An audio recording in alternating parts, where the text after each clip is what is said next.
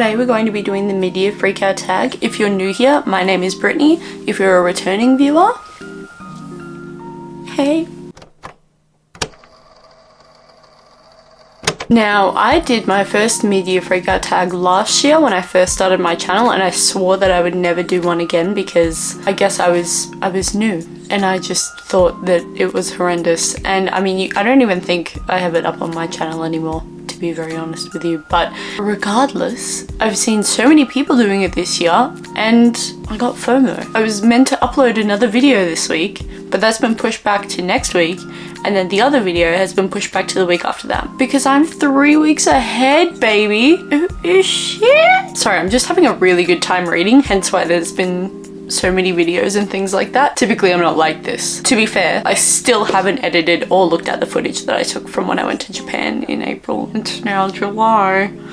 God, how time flies, you know what I'm saying? Even though I did this last year, I can't remember what the questions are. So we're going to refer to alliteraryescape.com. Now, whether or not this is the correct, I assume it is. I don't know where it originated from originally, but I just want to do it.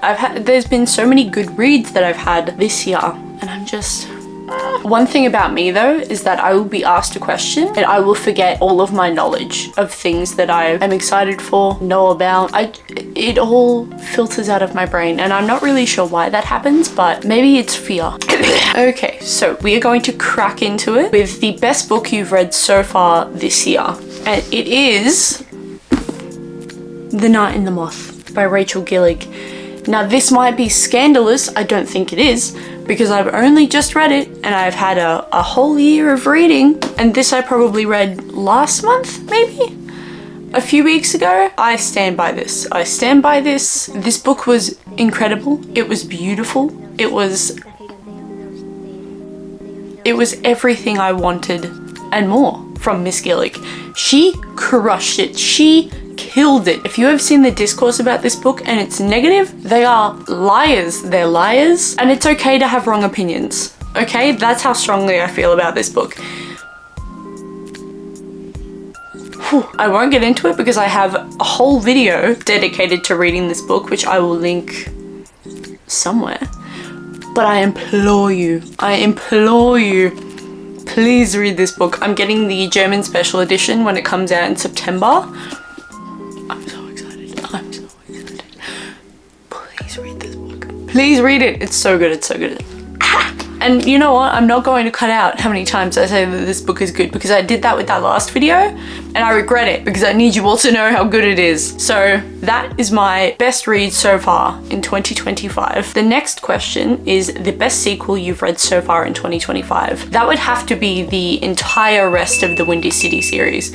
That is probably also not controversial because I've seen most of the last books get a better rating than the first books. I never understood why people would say, skip the first one, don't worry about the first one, read the rest of them. Because I read the first one and I was like, oh, it's not bad, it's not terrible, it's fine. It was a silly, goofy time, right? And then I read the rest of this series.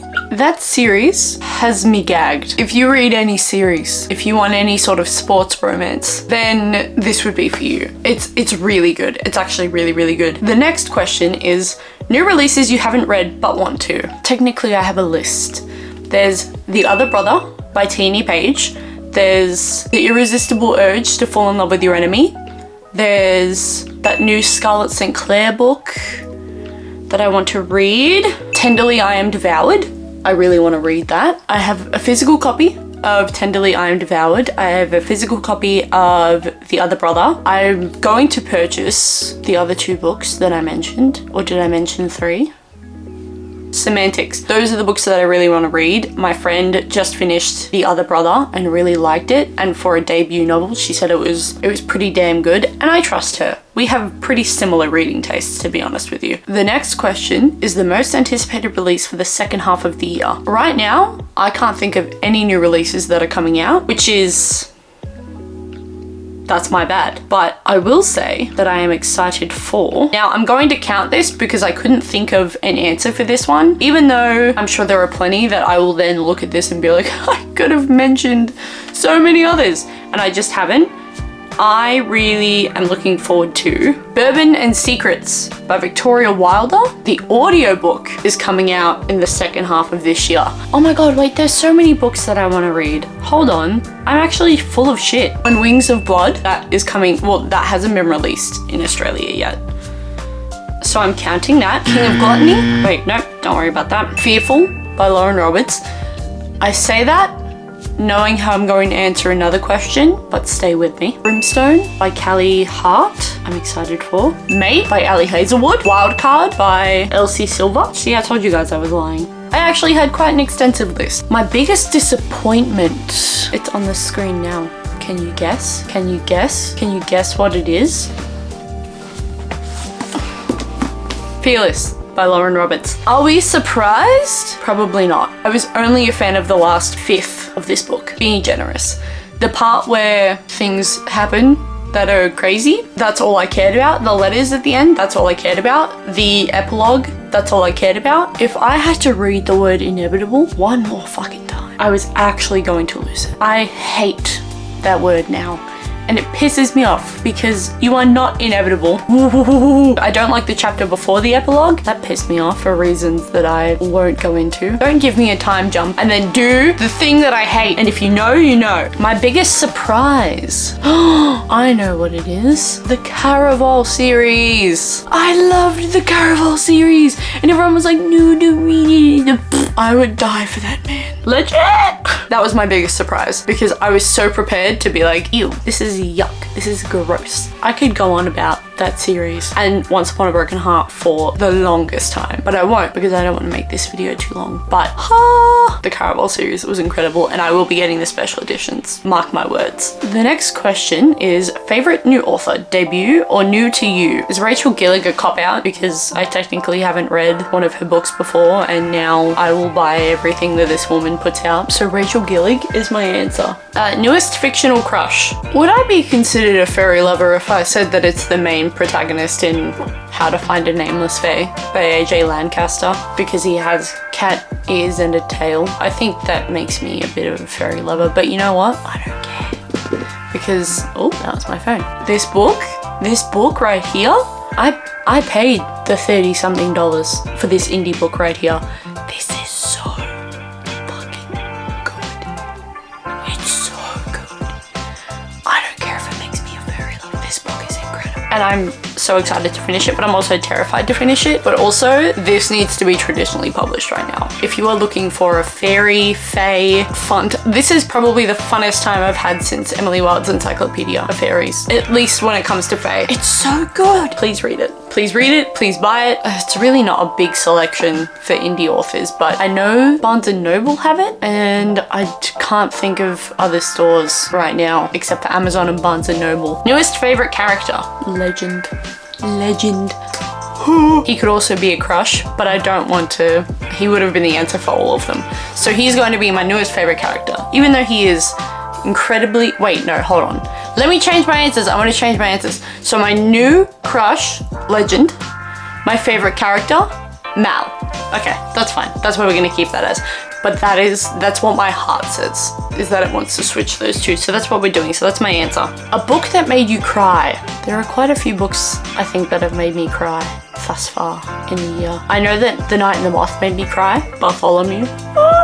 Caraval. I think it was the last one in that series. Sobbing. Fearless, even though I just said it was my biggest disappointment, I was sobbing like a fucking baby. Like a baby. Hold on, do I have a photo of it?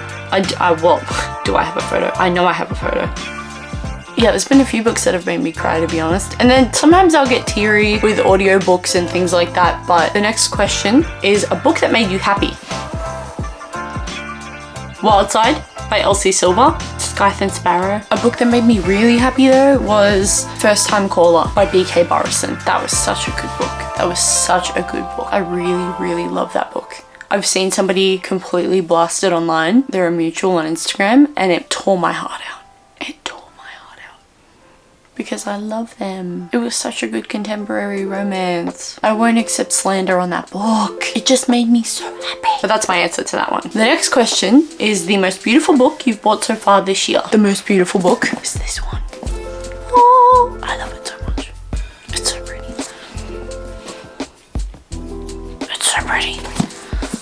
It's the French version, so I can't understand it, but that's not what it's about. Oh, oui.